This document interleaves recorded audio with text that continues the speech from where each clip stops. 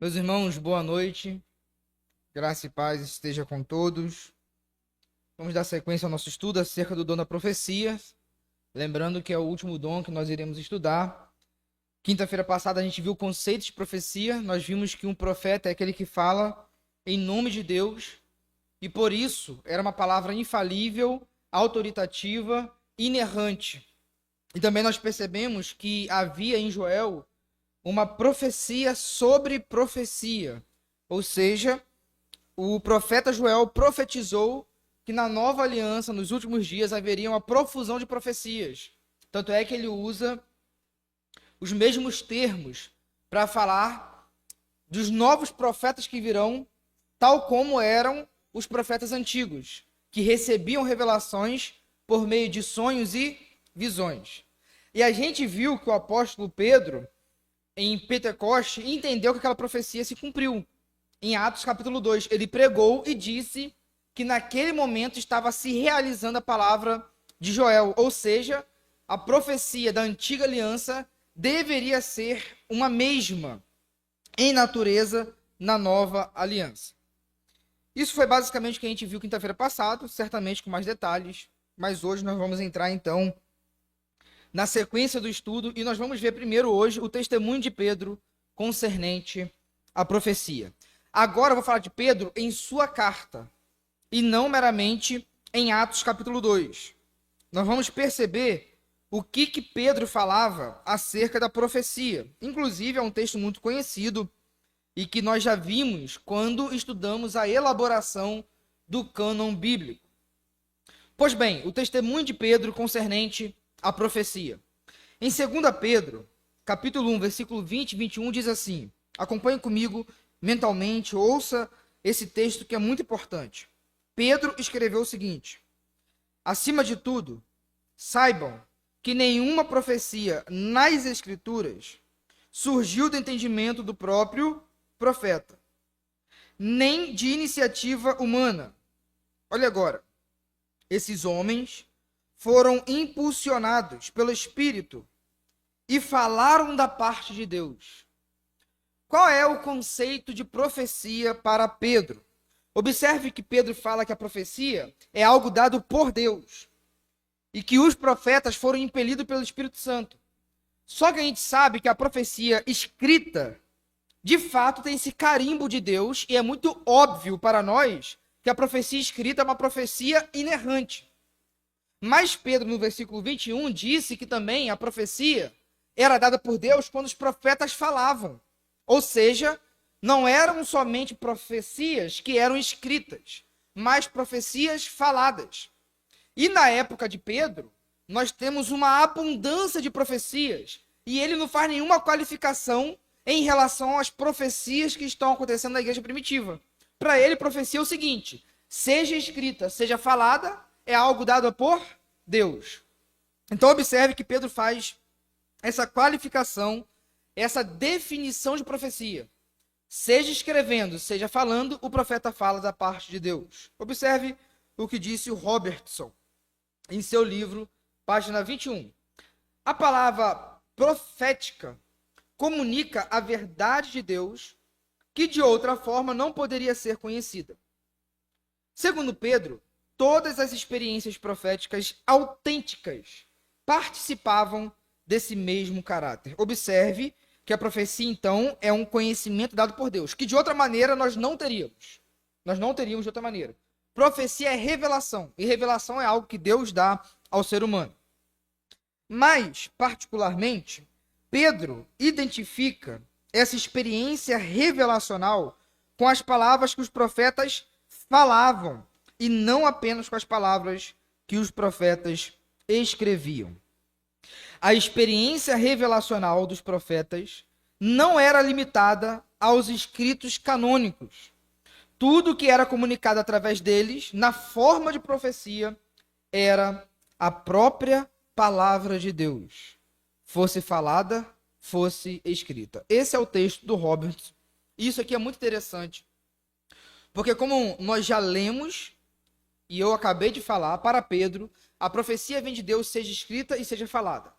Um dos argumentos daqueles que falam que os profetas na nova aliança não tinha a mesma natureza que os profetas da antiga aliança, é que nós não temos escritos dos profetas. Nós temos escritos dos apóstolos ou de alguém que estava ligado aos apóstolos, mas não de alguém com o ofício ou um dom de profeta numa igreja local. Apesar que todo mundo que escreveu foi assistido pelo Espírito Santo e nessa qualidade de escrita era uma profecia. Mas esse argumento não se sustenta. Não se sustenta. Por quê, meus irmãos? Eu não sei se todos aqui já ouviram falar de profetas canônicos e profetas não canônicos. O que é um profeta canônico? É um profeta que escreveu a escritura. Mas nem todos os profetas que falaram por parte de Deus escreveram algo. Por exemplo, a gente sabe que muitas coisas que Elias e Eliseu falaram não está escrito. Que Samuel falou não está escrito. E nem por isso o que eles falaram na qualidade de profeta não era profecia porque foi escrito. Aliás, porque não foi escrito. Então, querer reduzir o exercício da profecia à escritura é ultrapassar e, inclusive, ofuscar o que de fato o profeta fazia na era da antiga aliança, inclusive. Eu vou ler um texto agora de Schreiner, que vai argumentar um pouquinho sobre isso. Às vezes as pessoas colocam em dúvida o fato de todas as palavras proféticas estarem mesmo escritas, incluídas nas escrituras. Ou seja, se não está escrito, não é profecia. Elas dizem que se as profecias fossem inteiramente verdadeiras e portadoras de autoridade, precisariam estar escritas e preservadas nas escrituras. Na verdade, essa objeção não tem base e não diz nada sobre a natureza da profecia do Novo Testamento. Até mesmo as profecias do Antigo Testamento não têm de estar escritas e preservadas para serem verdadeiras e portarem autoridade. De fato, muitas profecias, a maioria delas, não fazem parte das Escrituras. Mas tal situação não indica que as profecias não escritas contivessem erros. Porque o raciocínio é o seguinte: se as profecias dos profetas da Nova Aliança não estão escritas, é porque provavelmente a qualidade de profecia mudou. E na operação do dom da profecia continha erros. A profecia que não contém erro é aquele tipo de profeta que escreve. Mas da onde tira isso? Nós temos essa licença nas escrituras para fazer essa dicotomia, essa separação? Então esse é um dos argumentos daquelas pessoas que dizem que o dom da profecia continua, só que com uma qualidade inferior e menor àquele dom da profecia da antiga aliança. Tudo o que Elias e Eliseu disseram quando estava no nome do Senhor foi verdade. Tudo, exatamente tudo. Mas a maioria de suas profecias não foi preservada nas Escrituras. Não temos relato do que os 50 profetas escondidos por Obadias profetizaram. Por exemplo, em 1 Reis, capítulo 18, 4. O que esses profetas profetizaram? A gente não sabe. Mas eram profetas? Eram. Traziam direções para o povo? Traziam. Mas o fato de não escrever não diminui o fato deles terem sido profetas. Porque as próprias Escrituras falam que eles eram profetas. Nem conhecemos as profecias dos filhos dos profetas que estavam associados, especialmente Eliseu. Esses dois grupos devem ter profetizado, já que eram chamados de profetas. Só que nada do que os filhos dos profetas profetizaram está registrado na Bíblia. Mesmo assim, tudo o que profetizaram era verdade. Eles não cometeram erro em suas profecias, mesmo que suas palavras não tenham sido conservadas para sempre. O fato de que a maior parte dos profetas do NT falavam com autoridade e com verdade total as situações de suas igrejas. Eu escrevi mal aí, mas o que o Schreiner quis dizer é o seguinte: o fato é que a maior parte dos profetas do NT falavam com autoridade e com verdade total as situações de suas igrejas locais. Nossa, deu algum erro aí na digitação. Vou ler essa parte que está em negrito no final. É um erro categórico pensar que, se as profecias não contêm erro, devem ser escritas e incluídas nas escrituras. E não há uma sequência lógica dizendo que, se não foram escritas e preservadas, devem conter erros. Então observe que para Pedro, quem escrevia e quem falava pelo Espírito Santo era profeta. E uma profecia é algo dado por Deus. Se é algo dado por Deus de maneira infalível, impelidos pelo Espírito Santo, pode conter erro? Não, de maneira nenhuma. Essa questão que tem que estar escrita é uma imposição nossa no texto. Porque até mesmo os profetas da antiga aliança não registraram tudo que falaram em nome de Deus. Isso é uma verdade. Tem que condizer com o que está escrito, correto, exatamente. Porque aí, muita gente pode associar a ideia de profeta simplesmente à produção de escritura. Só que os profetas caminhavam e falavam a vontade de Deus e revelavam e direcionavam. E muitas coisas do cotidiano eles falavam no caráter de profecia. O que foi de história que Deus quis guardar para o seu povo, eles escreveram. Mas nem tudo que os profetas falaram em nome do Senhor era para ser preservado, porque não era do interesse de Deus. Até porque nós teríamos uma Bíblia muito avantajada, né? Se todas as profecias fossem relatadas. Pois bem, agora vamos para a questão de Paulo, que é o cerne para nós entendermos a questão da profecia.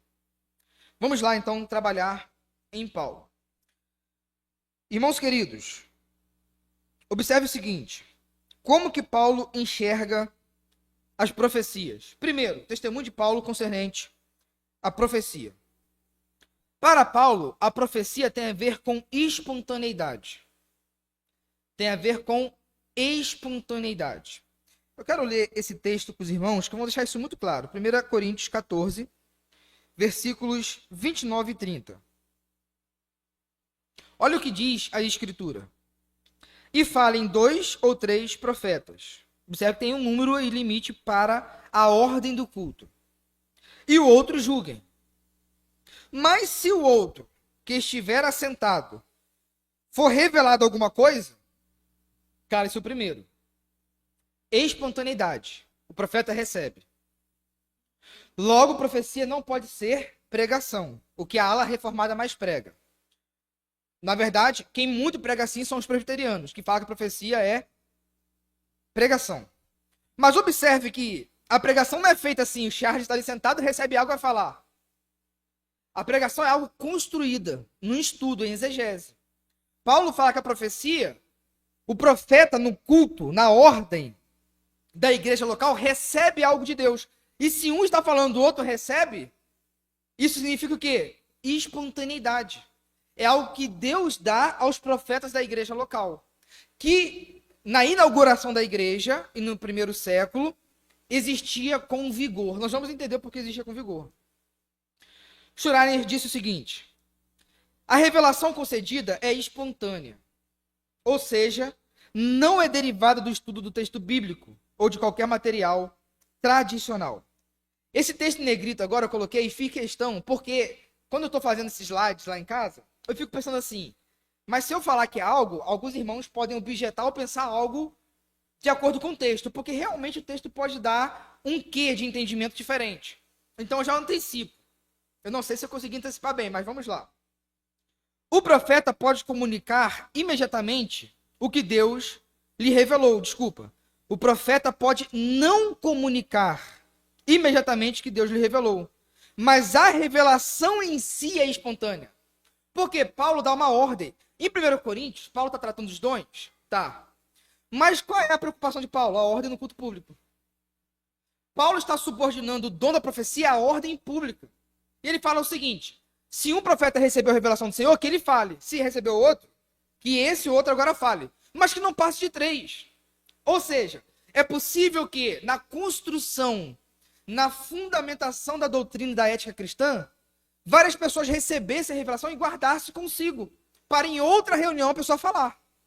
Porque Paulo fala para se resguardar, para guardar.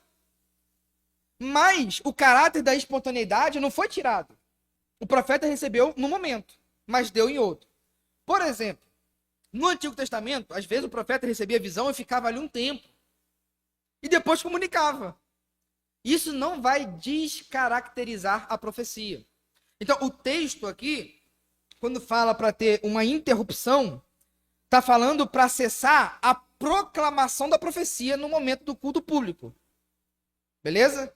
Mas não falou que aquele resultado que o profeta vai trazer em outro culto, em outra reunião, não seja espontâneo. Porque a profecia, ela é espontânea. Se não fosse espontânea, eu precisaria dessa regra toda. Mas, como acontece de maneira espontânea, Paulo então dá uma ordem para que aconteça no culto público. Ficou clara a questão da espontaneidade? Profecia é algo espontâneo. Outra coisa para a profecia em relação a Paulo. A profecia é autoritativa. E isso aqui dá pano para manga. Porque se uma pessoa defende profecia, continua hoje, ela vai ter que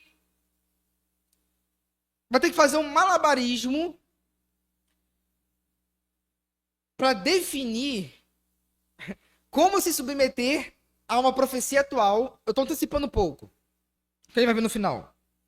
Se essa profecia pode conter erro. Porque a questão é a seguinte, a profecia contém erro. Ela é proclamada. Mas a gente sabe que profecia é algo autoritativo, é Deus dando pra gente. A questão é, eu me submeto ou não? Foi um erro do profeta ou não? Foi um lapso dele ou não? Imagina a tormenta psicológica que é para a membresia da igreja. Vamos lá, a profecia é autoritativa. Efésios 2:20 fala de apóstolos e profetas no mesmo padrão. Qual é o padrão? Fundamento. Se é fundamento, tem um caráter, como a gente viu lá nos apóstolos, temporário, um caráter que passa. E se é fundamento, tal como os apóstolos, a profecia tem autoridade. Então não tem como falar que a profecia é simplesmente uma direção, uma impressão, um conselho. Profecia não é conselho. Profecia é uma palavra de Deus com autoridade para a sua igreja.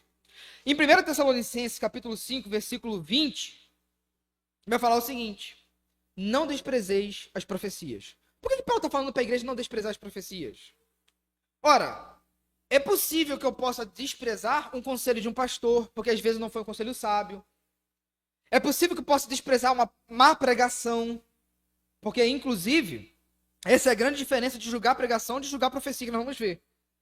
Julgar a profecia, a igreja pode olhar um texto para julgar. Aliás, julgar a pregação, a igreja tem aptidão. Por quê? Porque existe um texto para a igreja julgar. Mas julgar a profecia é Deus revelando. Como é que você julga? Isso aí nós vamos ver lá na frente. Mas Paulo fala assim, não despreze a profecia. Então, ele entende que a profecia tem um ar de autoridade. E no versículo que antecede essa fala de Paulo, Paulo fala assim, não extinguais o Espírito Santo. E depois fala, não desprezeis a profecia. Parece que Paulo está ligando a ação, a atuação do Espírito ao exercício da profecia. O papel fundamental dos apóstolos e profetas aponta para a autoridade de suas palavras, sugerindo que a profecia no Novo Testamento tem a mesma autoridade da profecia no Antigo Testamento. E em Efésios 2:20, vemos que as palavras dos profetas têm papel decisivo no formato da doutrina e da vida da igreja. Então, Paulo coloca profetas e apóstolo no mesmo patamar. A questão é o seguinte, deixa eu trazer uma possível interpretação, e é possível, não é errado. Quando a gente lê que os apóstolos e os profetas são fundamentos, a gente pode ter duas interpretações possíveis. O apóstolo é o Novo Testamento, os profetas o Antigo Testamento. Eu já pensei assim várias vezes. Hoje eu tenho a tendência de pensar um pouco diferente. Eu penso que os apóstolos e profetas são da nova aliança. São os profetas da nova aliança e não da antiga aliança. Mas não tem problema nenhum falar que também é da antiga aliança, porque profeta é profeta. Mas por que eu penso assim hoje? Por causa disso aqui, ó. A profecia tem a ver com a revelação dos mistérios de Deus. E aqui eu quero ler um texto muito importante. Efésios 3, versículos 5 e 6. Esse texto é fundamental para a gente entender o que era a profecia na nova aliança. Efésios 3, versículos 5 e 6. É fundamental esse texto. Paulo falou em Efésios 2 que o fundamento da igreja é quem? Os apóstolos e os profetas.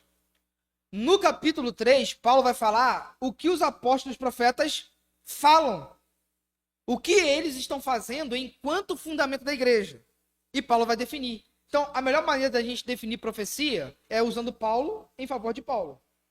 Versículos 5 e 3 do capítulo 3 fala assim: o qual, noutros séculos, não foi manifestado aos filhos dos homens, como agora tem sido revelado pelo Espírito aos seus santos apóstolos e profetas. Olha agora.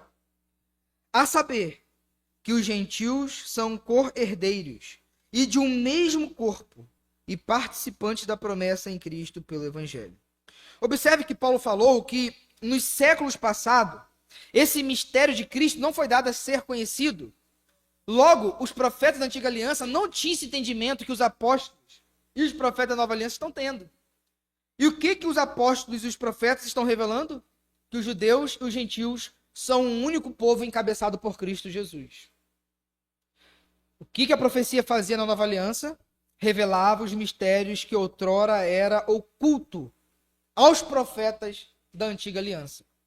Os profetas da antiga aliança conseguiam visualizar o Messias, conseguiam visualizar o plano redentivo de Deus, mas não com a sua completude.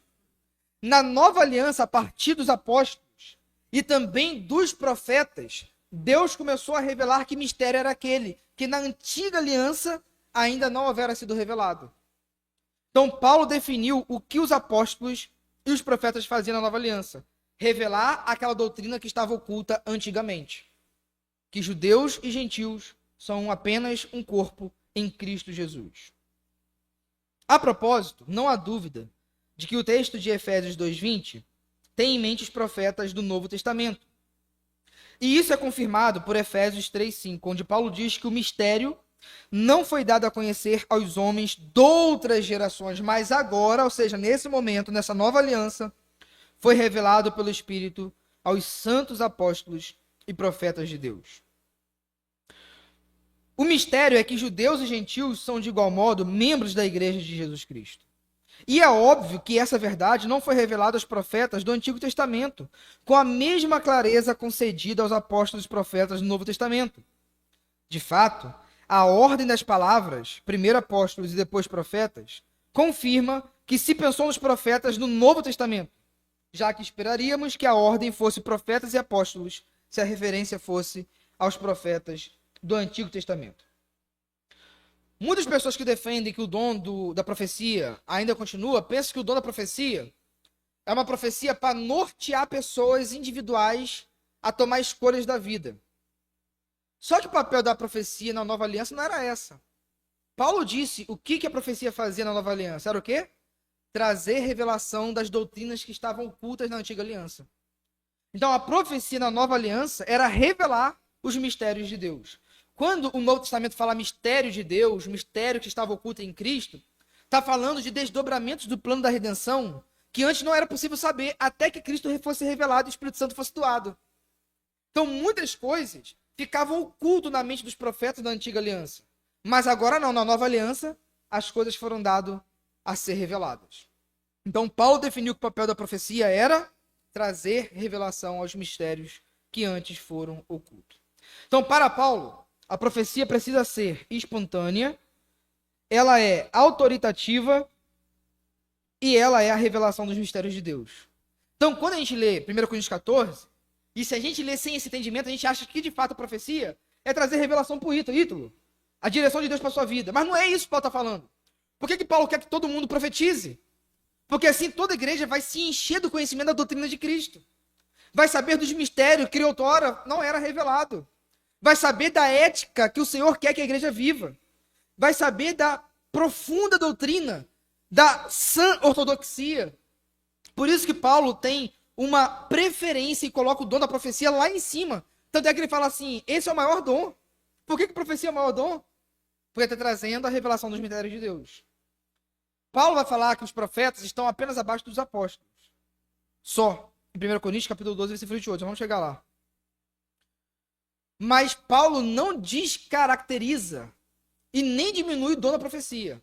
O que ele faz é inverter o ofício. Mas ele não diminui o dom da profecia. Então vamos lá. Entendemos então o que é a profecia para Paulo. Agora vamos a algumas objeções à profecia infalível. Algumas pessoas vão dizer que a profecia continua, só que a profecia agora é falível, ela erra. Por quê, meu Deus?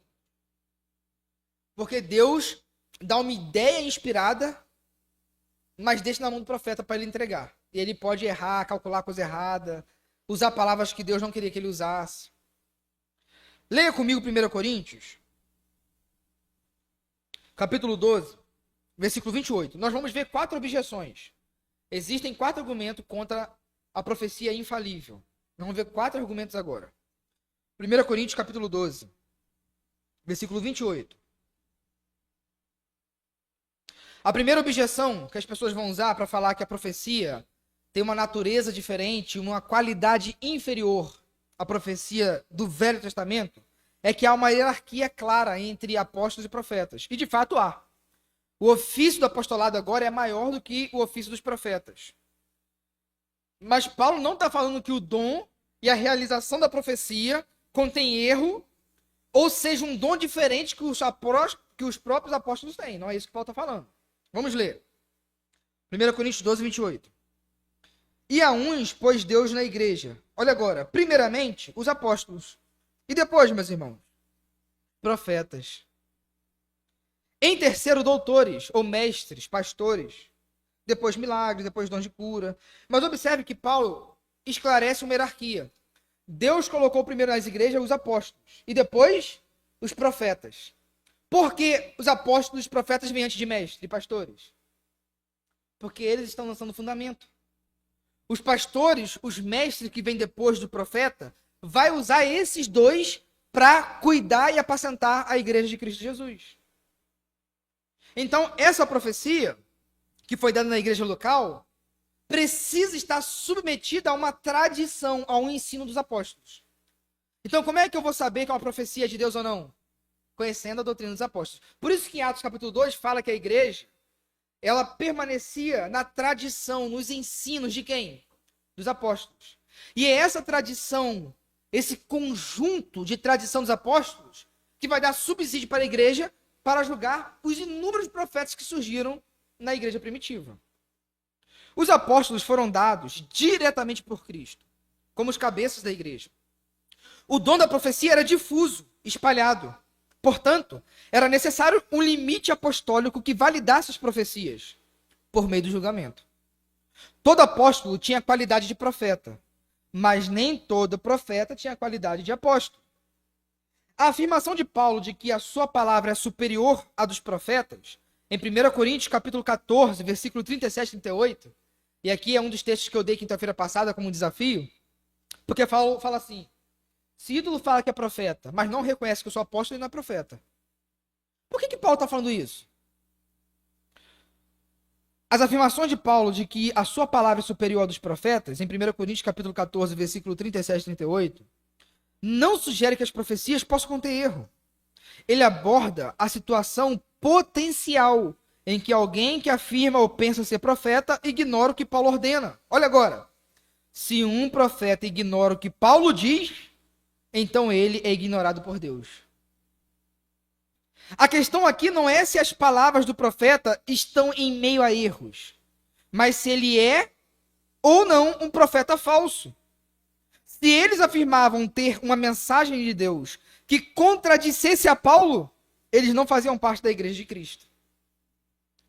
Quando tem um colégio apostólico fechado, o dom da profecia se tornou difuso, é necessário ter um gabarito, uma forma de julgar as profecias. E aqui a gente entra no segundo ponto, que é o julgamento das profecias. As pessoas vão falar assim, olha, as profecias continham erro, e tanto tinha erro que precisava ser julgadas. Ora, mas por que precisava ser julgada? Porque agora o dom é difuso. Vão surgir vários profetas que se dizem ser profetas, e a gente precisa julgar. Então, se Samile recebe uma revelação de Deus como profetiza, ela vai falar e vai haver testificação, concordância, amarração com a tradição dos apóstolos, com as cartas dos apóstolos. Em 1 Coríntios capítulo 14, versículo 29, Paulo diz o seguinte, 1 Coríntios capítulo 14, versículo 29, que foi o texto que Ítalo leu quinta-feira passada.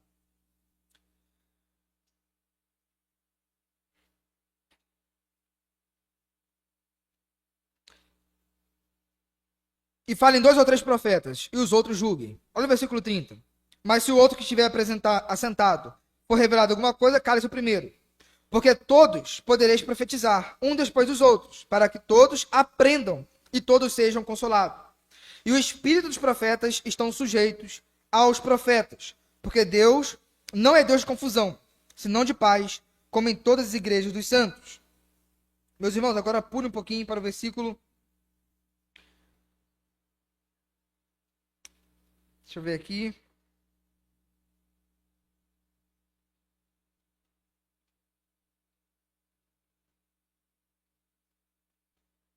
Tinha outro texto que eu queria ler aqui, 1 Coríntios 14.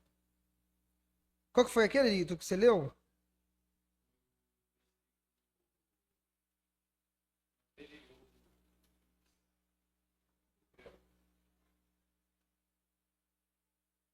Ah, sim. É isso mesmo, 14:29. Eu li o. Eu falei o versículo certo e li o errado aqui.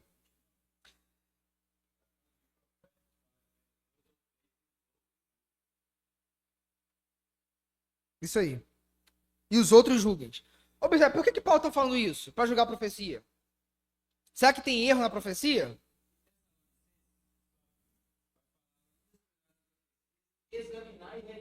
Isso aí. É o próximo texto. 1 Tessalonicenses 5:21. Fala assim, não desprezai a profecia. Versículo 20, 21. Examinai tudo e retém o que é bom. E em 2 Tessalonicenses 2:15, fala assim, Paulo. Deixa eu ler, vai ser melhor. 2 Tessalonicenses 2:15. Então, irmãos, estáis o quê? Firmes e retende as tradições que vos forem ensinadas, seja por palavra, seja por epístola nossa. Pode julgar a epístola de Paulo? Não, porque foram apóstolos falados. Agora, quando há um profeta, eu preciso ter assim, rapaz, será que está falando por Deus ou não? Tá vendo a diferença? Paulo, em 1 Tessalonicenses, fala para julgar as profecias, para examinar e reter o que é bom. Mas quando fala acerca da sua tradição e da sua epístola, ele não manda julgar. Porque os apóstolos são aquele gabarito pelo qual os profetas devem ser julgados. Então, observe que Paulo está falando para julgar as profecias, porque vai existir muitos profetas. E vai surgir na igreja primitiva muitos falsos profetas. Inclusive, pessoas que podem profetizar em nome de Deus e depois tirar conclusões erradas. Que nós vamos ver depois em Atos que isso aconteceu.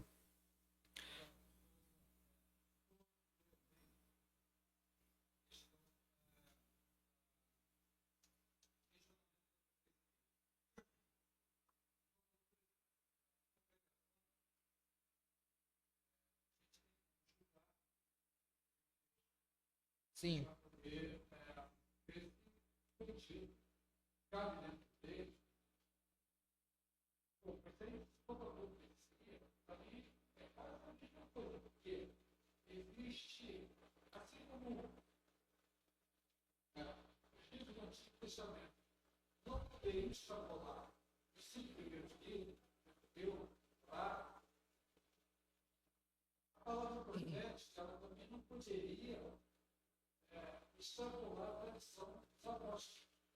Correto. Isso aí.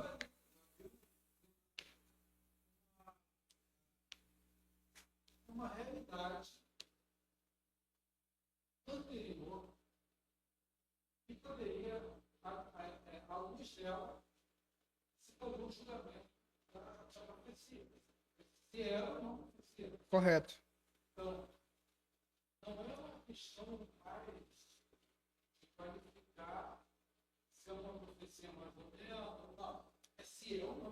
Isso aí, correto. Isso aí.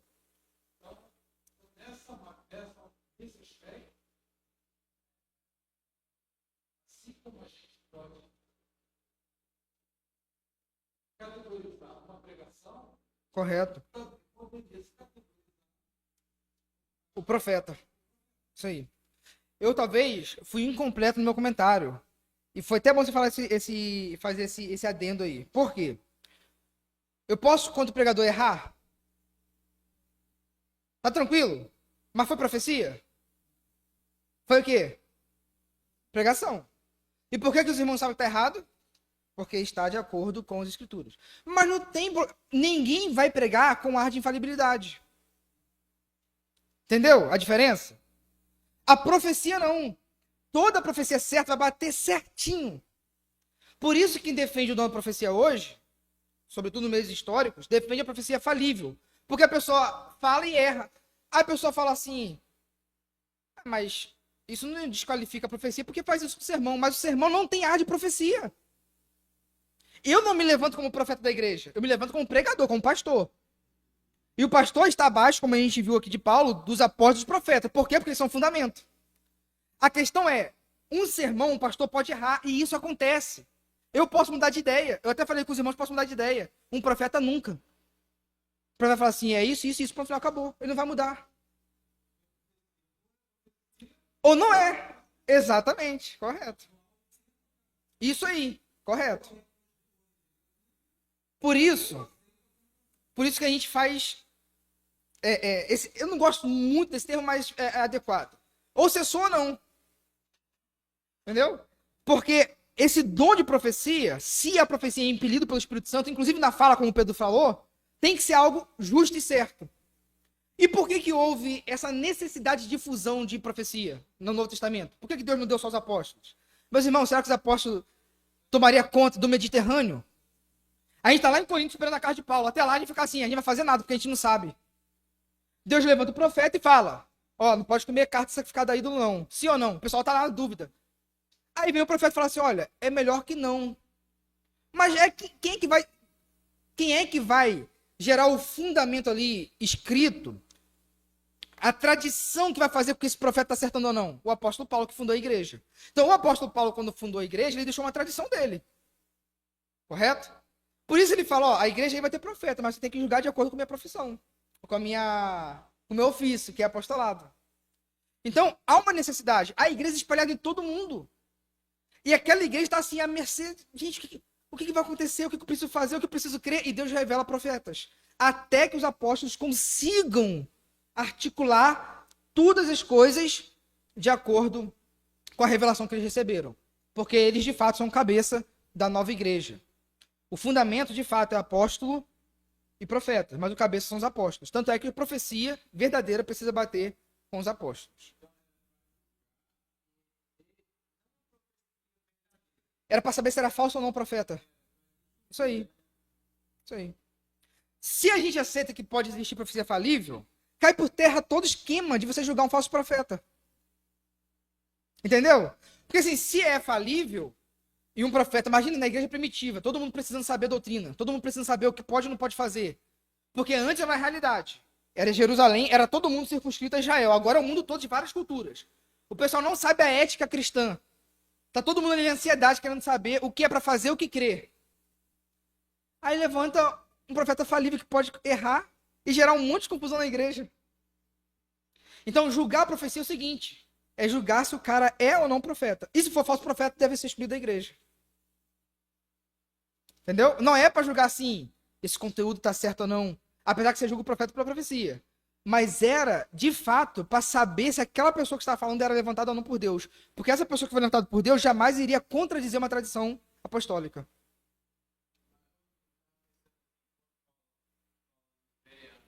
Uhum.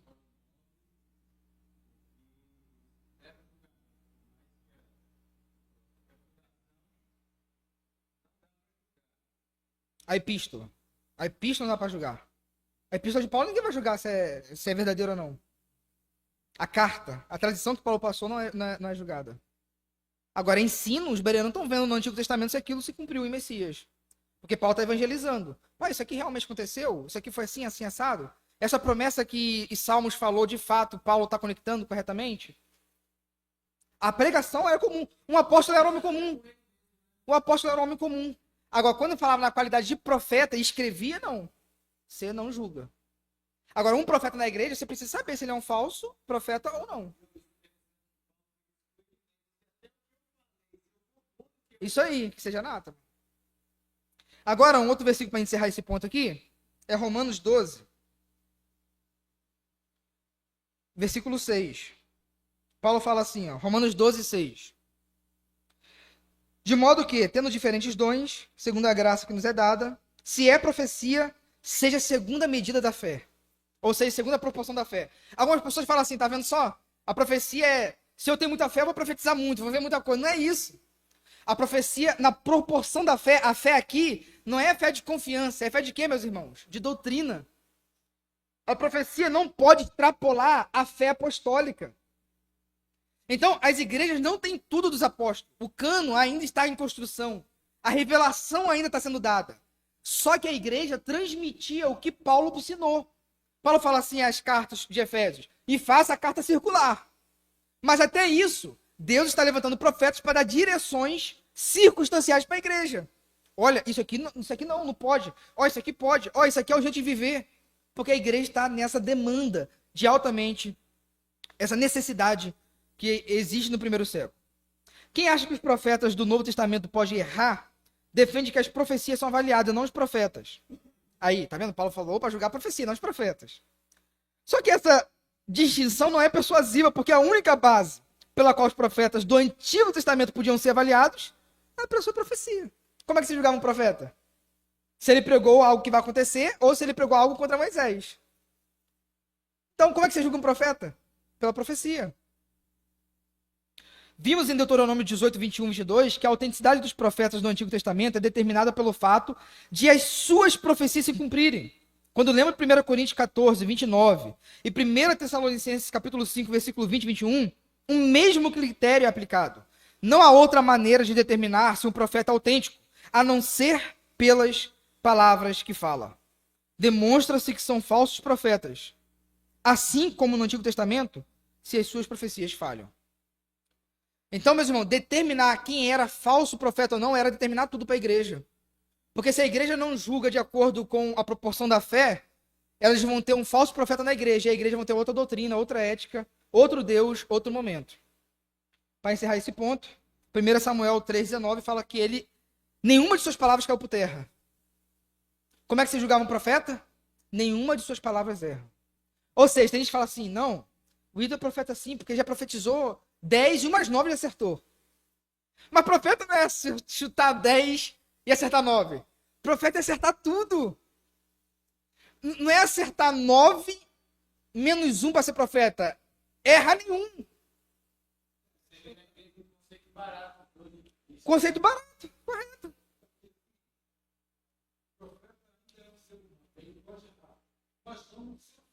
Exatamente. Correto. A gente vê que homens inspirados por Deus pecaram. Davi escreveu vários textos na qualidade de profeta. Pecou feio, mas enquanto homem. Mas na qualidade de ser portador da revelação da palavra de Deus, não. Não tem como. 1 João 4:1. 1 João 4:1 é um texto muito precioso. Por que tem que julgar os profetas, meus irmãos? Será que é porque a profecia agora pode conter erro?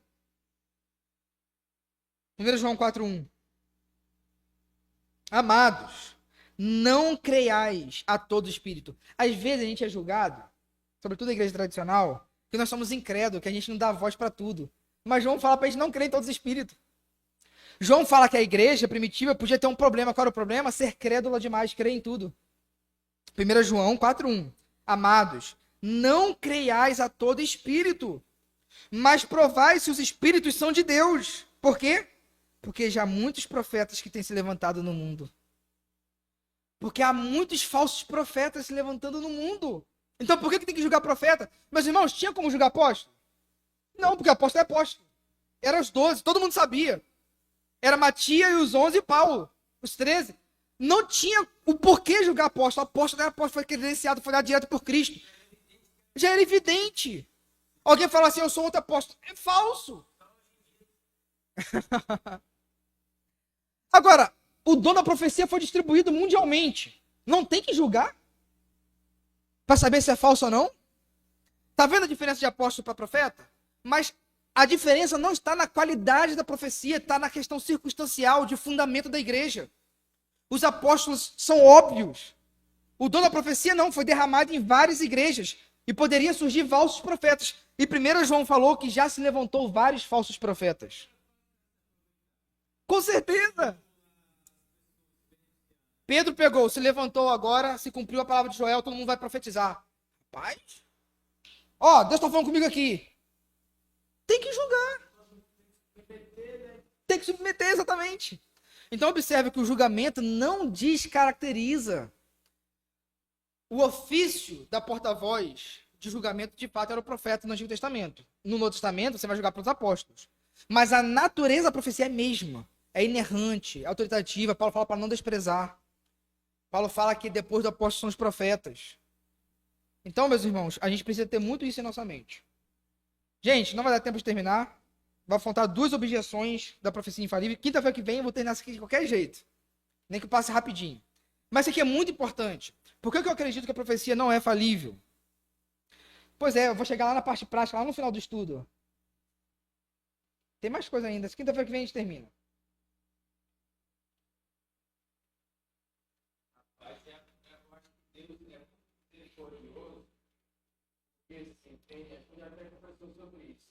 Tem um pilantra, mas tem um ignorante.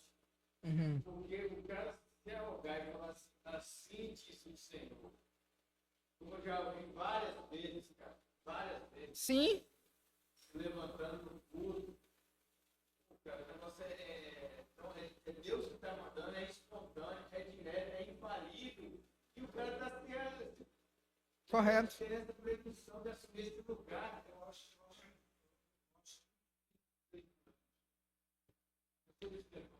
Não, quem faz, é.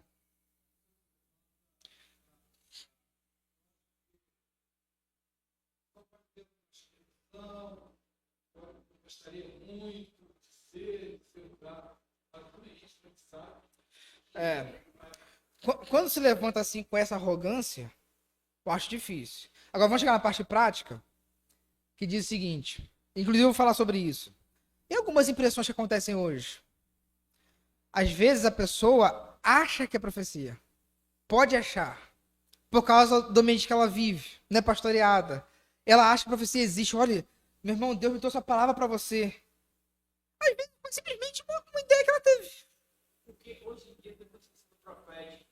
Tem muito isso, felizmente. O Espírito Santo ainda fala hoje, aí É. também, né? Mas essa pessoa.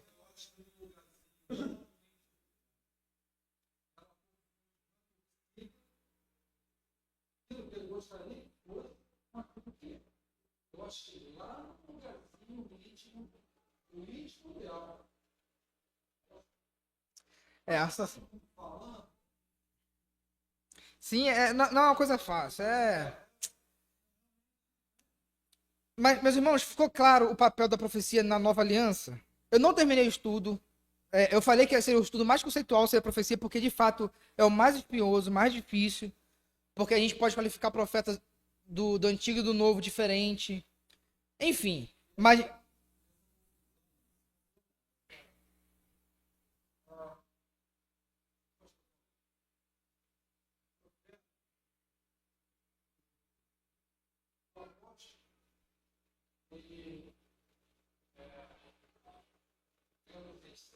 Está acumulando a posição de aposta de profeta. Mas, ao contrário, não é verdade. não. Profecia tem que caber dentro da tradição apostólica. Correto. E Deus levantou apóstolos. Sim. Que eram inquestionáveis.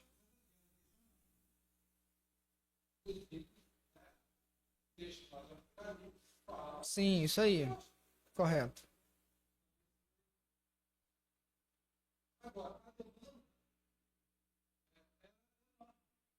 Essa era a última pergunta que eu ia fazer para encerrar o culto. Ficou clara a necessidade do dom da profecia ser difuso? Gente, imagina. Atos 2, Pentecoste. Tinha 16 nações ali. Todo mundo voltou para sua casa. Começou a ter igreja. Rapaz, Pedro falou que Jesus é o Messias. E agora? Alguém se levanta, olha. Deus falou que Jesus é o Messias. Ele é Deus também. É necessário. É necessário. Agora, os apóstolos vão fazer supervisão. Vão acompanhar em todos, vão passar e vão ver o que de fato está sendo ensinado. E por isso precisa ser julgado. Ficou claro isso, meus irmãos? Então, quinta-feira que vem, a gente encerra o estudo. Imagina a ética. Eu imagino que a profecia. Sim, eu imagino que a profecia tinha principalmente um quê de ética. Porque são várias línguas, culturas, o pessoal fala assim, pai, o que eu faço para agradar a Deus ou não? E aí vem alguém com a consolação. Talvez Charles está achando que está pecando porque está usando calça jeans, enquanto os judeus falam que não deveria usar. Aí vem, não, meu irmão. Deus falou que não tem problema nenhum. Ai, que bom. Imagina, eu ser pecado, o jeito que eu sou, a minha cultura. Então, principalmente a questão de ética, eu acho que era fundamental. O mais mediterrâneo todo tomar de igreja era fundamental.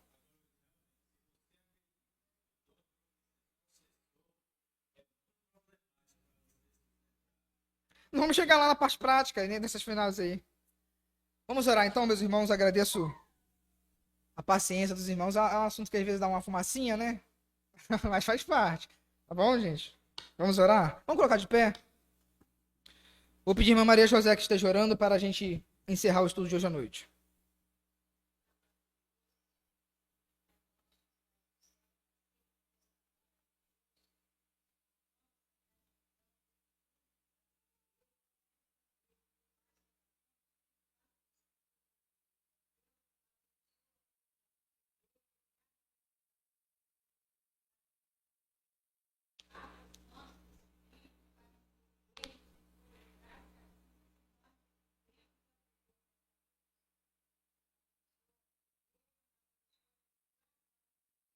Amém.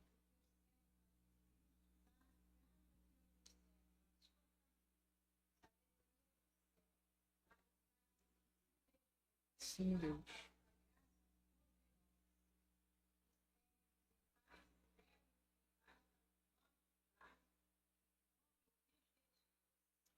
Amém. Culto encerrado, meus irmãos. Deus os abençoe.